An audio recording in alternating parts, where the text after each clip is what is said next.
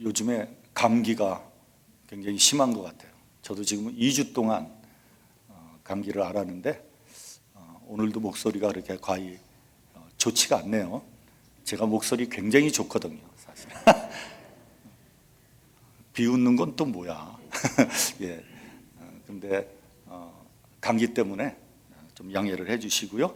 예, 오늘은 그 유명한 고린도전서 13장, 소위 사랑장에 대해서 설교를 합니다.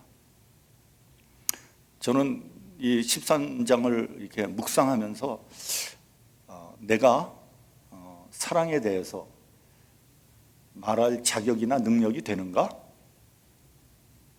한번 제 자신을 되돌아봤습니다. 결론은 안 된다라는 것입니다. 만약에 제가 사랑에 대해서 설교를 하면 제 처부터 속으로 당신이나 잘해 그렇게 얘기할 것 같아요. 조금 미안하기도 하고요, 가슴에 찔리기도 합니다. 사랑은 이론이 아닙니다. 사랑은 행위입니다. 사랑은 삶입니다. 그래서 사랑은 명사가 아니라 동사예요. 사랑은 이런 것이다, 저런 것이다, 말로야 누가 못하겠습니까? 이론은 빠삭하죠. 문제는 그렇게 살지 못한다는데 문제가 있는 거예요. 말은 잘하는데 행하지 못한다면 벌써 그 설교의 능력은 없어지는 겁니다. 그래서 사랑에 대해서 설교하기는 어렵습니다. 그런데 어쩌겠습니까? 오늘 설교의 본문이 고린도전서 13장이니 저는 렉셔너리에 따라서 설교를 하거든요.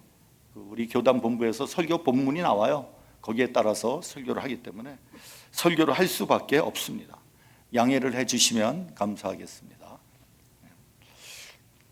이 세상에서 가장 고귀하고 아름다운 것이 있다면 그것은 사랑입니다.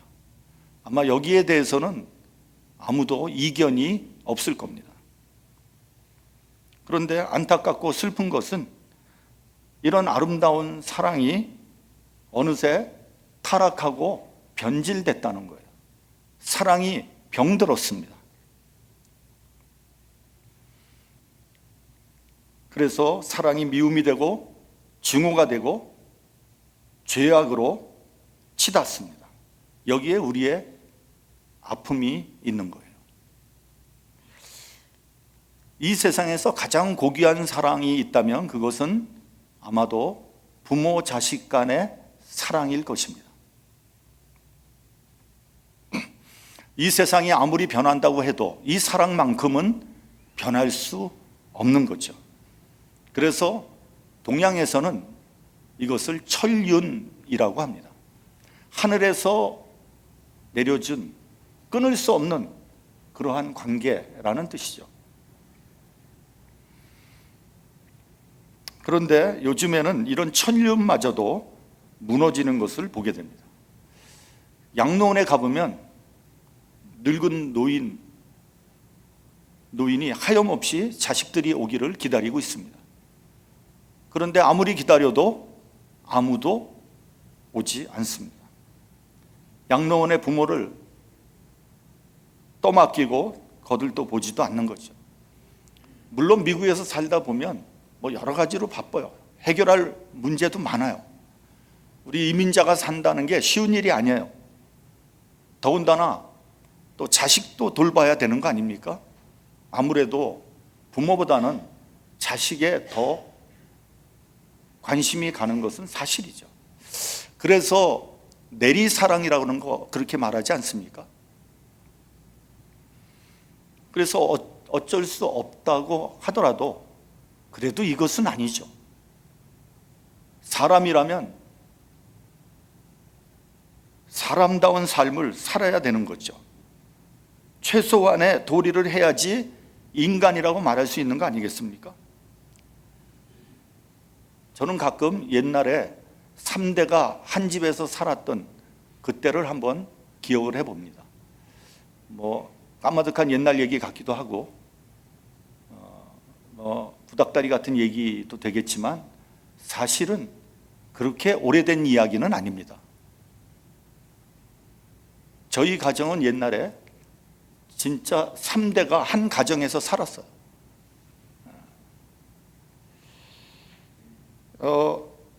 그때는 정말 가정이 사람 사는 것 같았어요.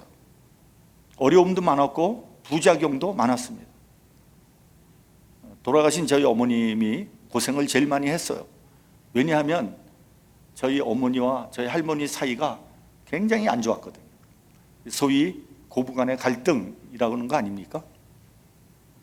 그렇게 되니까 자연히 아들인 저는 할머니를 별로 좋아하지 않았어요.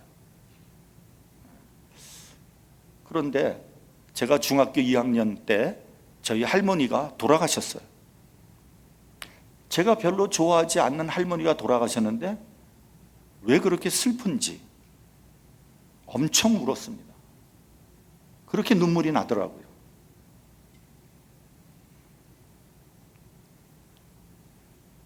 미워했지만 정이 많이 들었던 것 같아요. 그것이 가족 간의 사랑이고 인간다운 삶 아니겠습니까? 요즘에는 뭐 핵가족이니 뭐니 가족이 갈갈이 찢어지지 않았습니까? 할아버지는 할아버지 할머니는 할아버지 할머니대로, 부모는 부모대로, 자식은 자식대로 그렇게 따로 떨어져 사니 무슨 정이 생기겠습니까? 1년 내내 연락도 한번 하기가 쉽지가 않습니다. 그러니 양로원에 계신 부모를 찾아가지 않는 것은 어쩌면 당연한 일일지도 모릅니다. 일전에 한국의 TV를 봤는데요. 늙은 어머니가 약간 치매에 걸렸어요. 근데 아들 부부가 어디 멀리 놀러 가자 그러니까 이 할머니는 뭣도 모르고 기쁘게 따라 나섰어요. 근데 멀리 가서 거기다 내려놓고 그냥 부부만 온 거예요.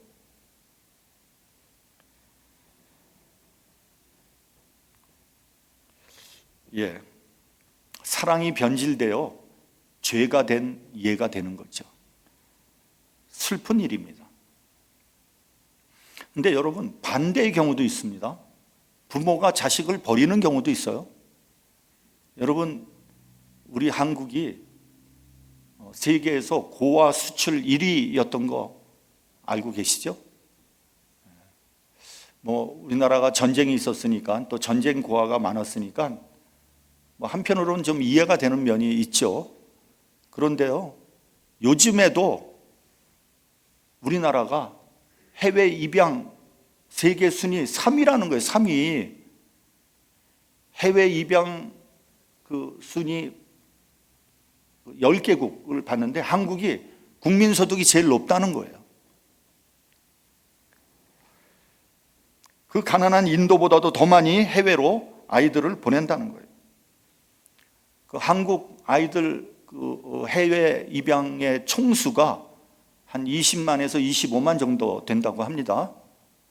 그 애들이 자라나서 부모를 찾겠다고 한국에 옵니다. 한국말 하나도 모르고 부모 얼굴도 보지 못했는데 자기의 뿌리를 찾기 위해서 한국을 찾아오는 거예요. 그 뿌리가 뭘 그렇게 중요하다고 자기를 버린 부모를 찾아간단 말이죠. 그래서 천신만고 끝에 어머니나 아버지를 찾습니다. 그런데 그 부모가 만나기를 거절해요. 왜냐하면 자신의 과거와 치부가 드러나는 것을 원하지 않기 때문이에요. 부모 자식 간의 사랑이 타락하고 왜곡하고 변질되다 못해 죄악이 된 거예요. 사랑이 타락하는 이유는 사랑이 수단화 되었기 때문에 그런 거예요. 사랑이 물질화 되었고요, 육체화 되었고요, 정욕화 되었기 때문에 그런 사랑이 타락하는 거예요. 여러분, 이런 말이 있습니다. 한국에서 의사 사위를 얻으려면 신부가 열쇠 3개를 가져와야 된다는 거예요. 그런 말 들어봤죠?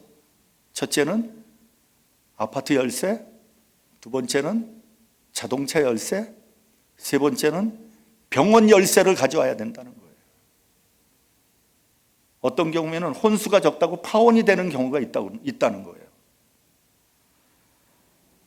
신부하고 결혼하는 것이 아니라 돈하고 결혼하는 거 아닙니까?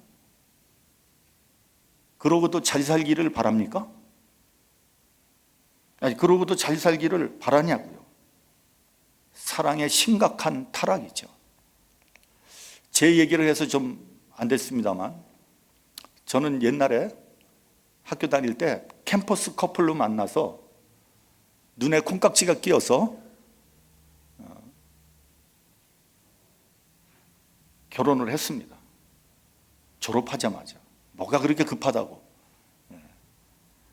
근데 두 집이 다 가난했어요. 그래도 저희 장인어른은 조그만 집이라도 한 채 있었는데 저는 그야말로 빈털터리였거든요. 여러분, 저는 유산으로 1불도 못 받았습니다. 그런 제가 뭐가 좋다고. 여자가 미쳤죠. 그렇죠? 그래서 정말 숟가락 한 쪽도 없이 무작정 결혼을 했어요. 신혼여행은 배낭 메고 버스 타고 설악산으로 갔어요. 거기서도 호텔에 들어간 게 아니라 민박에 갔어요. 왜요? 돈이 없으니까.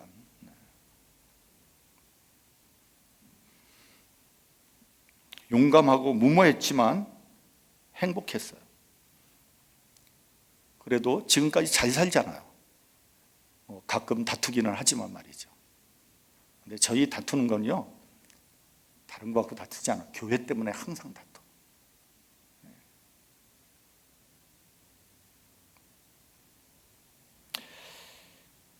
여러분, 다른 거는 몰라도 사랑만큼은 순수해야 되잖아요. 그래야 사랑 아닙니까? 여러분, 사랑은 욕정이 아닙니다. 요즘에 보면 욕정하고 사랑하고 헷갈리는 사람들이 있어요. 젊은 사람들이 그런 말 많이 하잖아요. 섹시하다. 그건 욕정이지 사랑이 아니에요. 사랑하기 때문에 섹스를 하는 거지 섹스 때문에 사랑하는 건 아니잖아요. 또 사랑은 소유욕도 아닙니다. 뭐 이런 말 합니다. 저 남자는 내 거야, 저 여자는 아니, 사람이 무슨 물건입니까? 네 것 내 것 얘기하게. 사랑은 주는 거라고 말은 하지만 사랑은 받는 것, 얻는 것, 빼앗는 것으로 변질되어 버렸어요. 그래서 사랑이 질투로 바뀌고 증오와 복수로 치닫는 거예요. 그 어떤 부부는요, 주도권 싸움, 헤게모니 싸움을 합니다. 그래서 뭐 남편을 휘어잡느니 뭐 부인을 신혼여행 가서부터 남편 휘어잡는다, 부인 휘어잡는다는 거예요. 아니면 꼭 잡아야 됩니까? 잡히면 안 돼요. 내가 정말 사랑하면 잡힐 수 있는 거 아닙니까? 제가 보기에 우리 교회도 이렇게 보니까 나이 60이 넘은 부부는 보니까 전부 다 남자들이 잡혀 있더라고요. 여러분, 남자가 뭐 힘이 없어서 잡힙니까? 사랑하니까 잡히는 거죠. 저는 잡힌 것 같아요? 잡은 것 같아요? 저도 잡혔어요. 왜요? 사랑하니까. 제 처가지가 기가 막히다는 듯이 쳐다보네.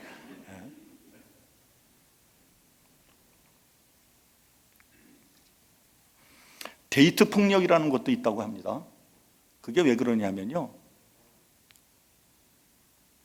상대방을 소유로 생각하는 거예요. 그러니까 소유니까 자기 말을 들어야 돼. 자기 말 안 들으니까 상대방을 막 못 살게 굴고 때리는 거 아닙니까? 사랑은 인격적인 거지 어떻게 소유가 됩니까? 사랑이 타락할 때도 단계적으로 타락을 하는 거예요. 처음에는 소유로, 욕망으로, 질투로, 증오로, 그러다 결국 보복으로 악으로 치닫게 되는 거예요. 타락한 사랑은 이렇게 추하고 무섭습니다. 이와 반대로 사랑을 하면 기쁘죠. 행복해집니다. 만약에 사랑을 하는데 기쁘지도 않고 행복하지도 않다. 그건 사랑하는 거 아니에요. 우리나라 노래 중에 사랑은 눈물의 씨앗. 왜 사랑이 눈물의 씨앗입니까? 그거 잘못된 사랑이에요. 사랑의 기쁨이라는 곡도 있어요. 그렇죠? 사랑의 기쁨. 유명한 곡이죠. 근데 그 가사를 이렇게 자세히 보면 좀 이상해요. 가사가 이렇죠. 사랑의 기쁨은 어느덧 사라지고 사랑의 슬픔만 영원히 남았네. 아니, 사랑의 기쁨은 사라지고 슬픔만 영원히 남았대. 그게 무슨 사랑의 기쁨이에요? 여러분, 그거 결혼식에 가서 절대 부르면 안 돼요.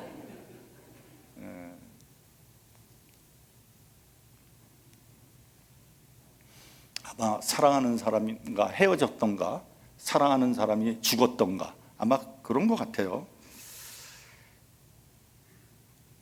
사랑을 하면 당연히 기뻐요. 그리고 행복합니다. 벌써 얼굴이 달라져요. 얼굴이 화사하고 얼굴에 꽃이 피면 그 사람은 뭔가 있는 거예요. 사랑하고 있는 거예요. 우리 본문 6절 같이 봉독을 하겠습니다. 본문 6절 같이 봉독합니다. 자, 시작. 불의를 기뻐하지 아니하며 진리와 함께 기뻐하고. 사랑은 불의를 기뻐하지 않습니다. 사랑은 진리와 함께 기뻐합니다.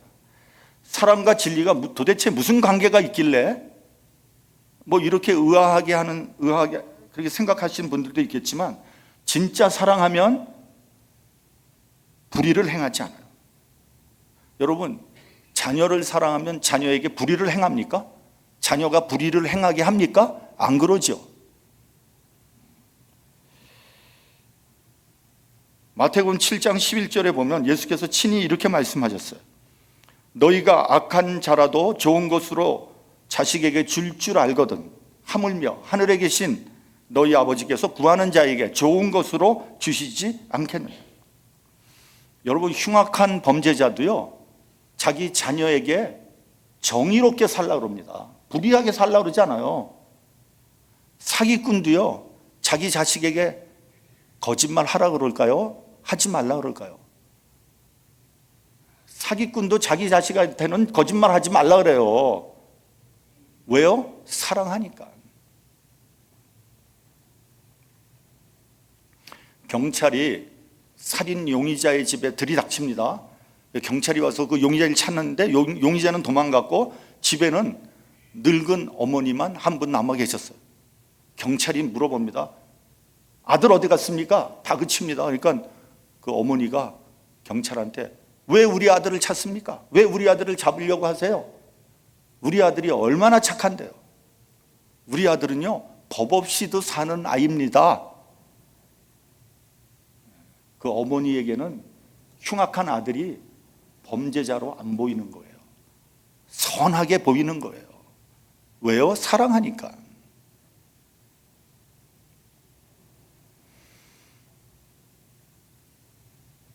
예수님은 우리의 모든 죄를 짊어지시고 십자가에 달리셔서 죄인같이 죽으셨어요.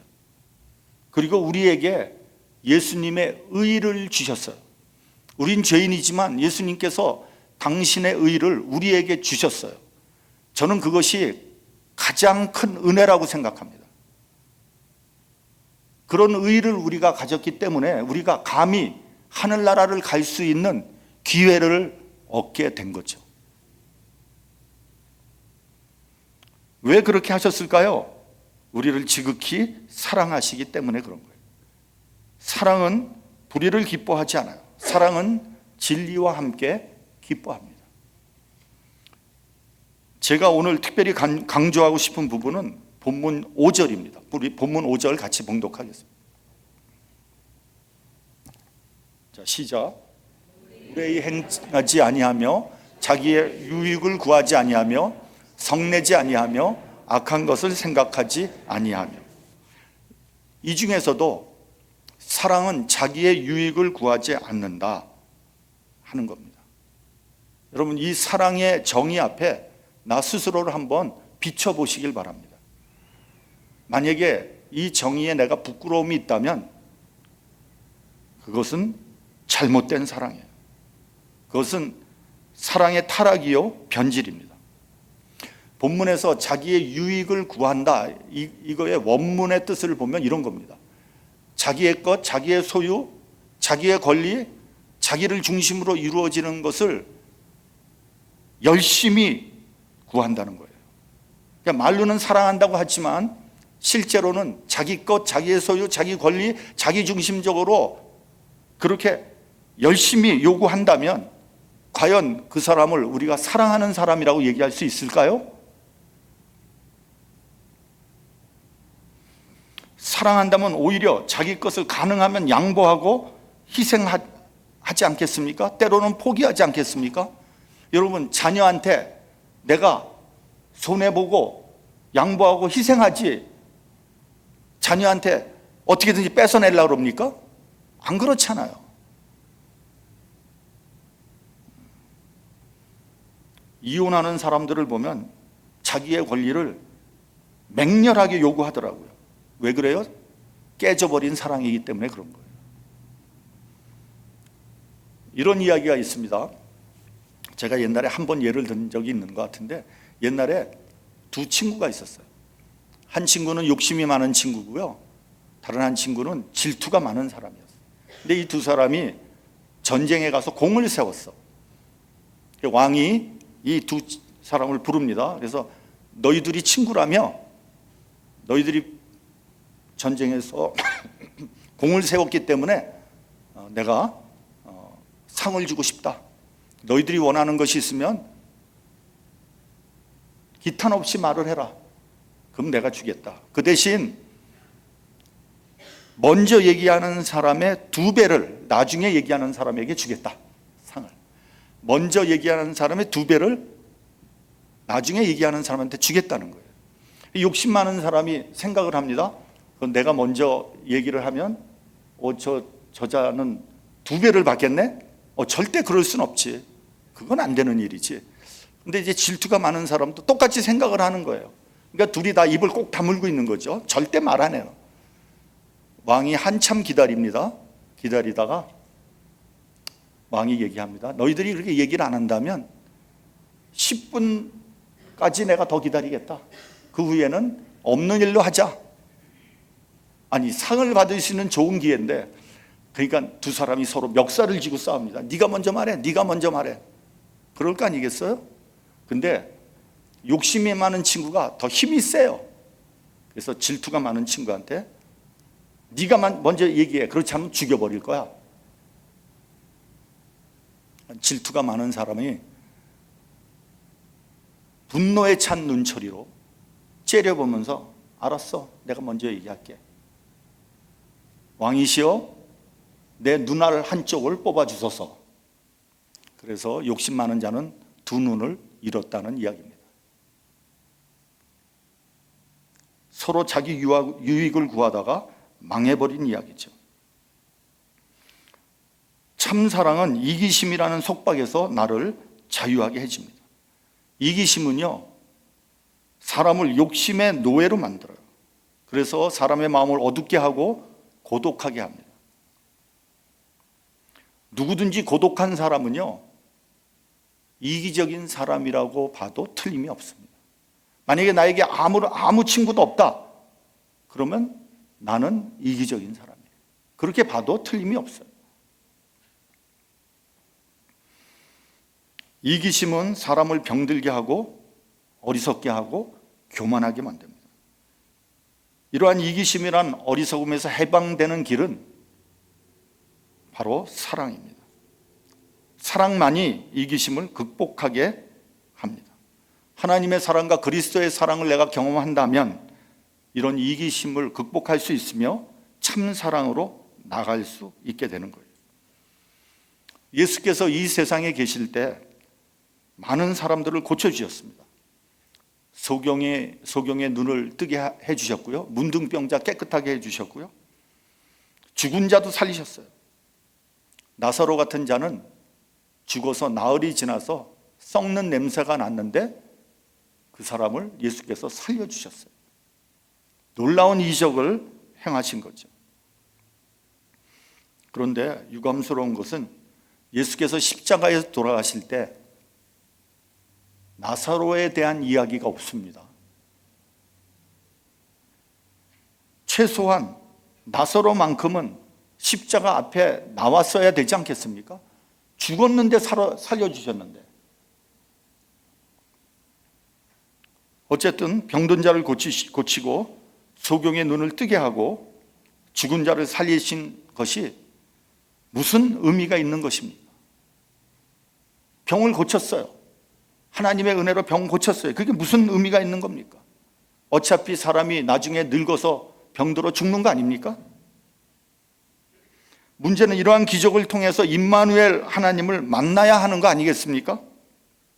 그래서 하나님께서 나를 사랑하시고 나와 함께 하신다는 놀라운 사실을 믿게 되는 거예요. 그렇기 때문에 기적이나 믿음도 사랑이 없으면 의미가 없다는 거예요. 어떤 사람이 산을 옮길 만한 믿음이 있어요. 근데 사랑이 없어요. 그런 믿음은 아무런 의미가 없는 거예요. 산을 옮겨서 뭐 하게요? 예를 한번 들어보면 어떤 사람이 죽을 병이 들었어요. 이 사람이 하나님 앞에 엎드려서 간절히 기도합니다. 고쳐달라고. 그 기도가 상달이 됐는지 이 사람이 죽을 병에서 고침을 받게 돼요. 그리고 난 다음에 그는 건강하게 열심히 돈 벌고 살다 죽었다. 이게 도대체 무슨 의미가 있냐는 거예요. 그렇죠? 이게 도대체 무슨 의미가 있어요? 생명만 연장된 거 아니겠습니까? 제가 지나친 예를 들었지만 병 고침을 통해서 임마누엘 하나님, 그리고 하나님의 사랑을 깨닫고 평생 그 사랑을 실천하며 살았다고 해야지 의미가 있다는 거죠. 여러분, 십자가를 한번 보십시오. 십자가가 우리에게 무엇을 말해주는 것입니까? 나의 죄가 그만큼 크다는 것을 말하는 것이고요. 십자가의 희생이 없이는 인간이 구원받을 수 없다는 것을 우리에게 말해주는 거예요. 그러니까 십자가는 한편으로는 나의 죄의 심각성을 계시해 주는 거고요. 다른 한편으로는 하나님의 사랑에 대한 계시인 거예요. 그 사실을 성경은 이렇게 표현하고 있어요. 하나님이 세상을 이처럼 사랑하사 독생자를 주셨으니 이는 저를 믿는 자마다 멸망치 않고 구원을 영생을 얻게 하려 하심이니라. 하나님이 독생자 예수를 주실 정도로 자기 희생적인 사랑을 하셨다는 것을 믿는 것이 바로 영생이라는 말씀이에요. 구제불능한 죄인을 향한 놀라운 사랑이 믿음의 내용이 되는 거예요. 여러분, 나는 어떤 믿음을 가지고 있습니까? 열심히 기도하고 내 소원을 이루고 내 목적을 달성하는 것을 믿음으로 생각하십니까? 그것은 유치한 믿음이에요.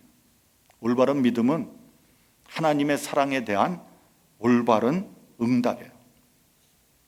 여러분, 탕자의 비유를 한번 생각해 보십시오. 다 줄여서 탕자는 거짓골을 하고 집으로 돌아왔어요. 아버지는 그 탕자를 얼싸안고 잔치를 베풉니다. 근데 탕자의 입장에서 보면 너무 면목 없는 일이에요. 부끄러운 일이죠. 고개를 들 수 없었어요. 그러나 그런 아버지의 사랑을 그대로 받아들이고 잔치에 참여합니다. 그러니까 하나님의 아버지의 사랑에 대한 올바른 응답이 바로 믿음이에요. 부끄럽지만, 자격은 안 되지만 하나님의 사랑을 받아들이는 용기가 바로 믿음이에요. 우리가 너무나 잘 아는 동화가 하나 있습니다. 아낌없이 주는 나무예요. 소년은 항상 나무에게로 가서 놀았어요. 나무도 소년을 사랑했고 소년이 올 때마다 기쁘고 행복했어요. 소년은 나무를 타고 올라가기도 하고 나무에 있는 열매를 따먹기도 했어요. 소년도 나무를 사랑했어요. 시간이 지나고 소년은 더 이상 나무를 찾지 않았어요. 그러던 어느 날 소년이 갑자기 나무를 찾게 됩니다. 나무는 너무 반갑고 기뻤어요. 어서 올라와서 그네도 타고 열매도 따먹고 재밌게 놀자. 소년은 나는 나무에 올라가 놀기에는 너무 컸거든. 나는 돈이 좀 필요해. 네가 돈을 줄 수 있겠니? 그러자 나무는 자기의 열매를 모두 따서 팔라고 그랬어요. 이 소년은 그 나무의 열매를 모조리 따가지고 갔습니다. 나무는 행복했어요. 소년은 오랫동안 나무를 찾지 않다가 다시 나무를 찾았습니다. 이번에 소년은 집을 짓고 싶다 그랬어요. 나무는 자기의 가지를 전부 베어다가 집을 지으라고 그랬어요. 소년은 나무의 가지들을 전부 베어서 집을 지었어요. 그리고 또 한참 동안 소년은 찾아오지 않았어요. 소년이 나이가 들어서 나무를 찾아옵니다. 이번에는 배를 만들고 싶다 그랬어요. 나무는 자신의 줄기를 베어서 배를 만들려고 그랬어요. 소년은 나무의 줄기를 베어갔어요. 나무는 행복했어요. 또 세월이 많이 흘렀습니다. 소년이 늙은이가 되어서 나무에게 왔어요. 나무는 더 이상 소년에게 줄 것이 없었어요. 늙은이도 나무에게 더 이상 바라지 않았어요. 왜냐하면 나이가 많이 들어서 살 수 있는 것이 없었기 때문에. 그냥 앉아서 쉴 곳이 필요했어요. 나무는 자신의 밑둥에 앉도록 해주었고 늙은이가 된 소년은 나무의 밑둥에 앉아서 쉬었어요. 나무는 행복하기만 했습니다. 이 동화가 우리에게 던져지는 의미가 굉장히 깊습니다. 소년은 어린 시절 나무를 항상 찾았어요. 뭔가를 원해서가 아니고 그냥 나무를 사랑했기 때문이에요. 나무와 함께 있는 것이 행복하고 즐거웠어요. 나무도 마찬가지였어요. 그런데 무슨 이유인지 모르지만 한동안 나무를 찾지 않았어요. 하루는 소년이 찾아와 나에게 돈을 줄 수 있겠니? 사랑하기 때문에 온 것이 아니라 돈이 필요했기 때문에 나무를 찾은 거예요. 소년은 그 후로 자기가 필요할 때만 나무를 찾았지만 나무는 변함없는 사랑을 보여주었습니다. 소년이 찾아올 때마다 기쁘고 행복했어요. 소년에게 아무것도 요구하지 않았고 강요하지도 않았습니다. 그저 소년과 함께 있는 것만으로도 행복했습니다. 겉으로 볼 때 나무는 불행해 보이죠. 왜냐하면 모든 것을 다 뺏겼기 때문에. 반면에 소년은 행복해야 됩니다. 그러나 이 이야기의 결말은 정반대예요. 나무는 항상 행복했지만 나중에 소년이 행복했다는 구절은 없습니다.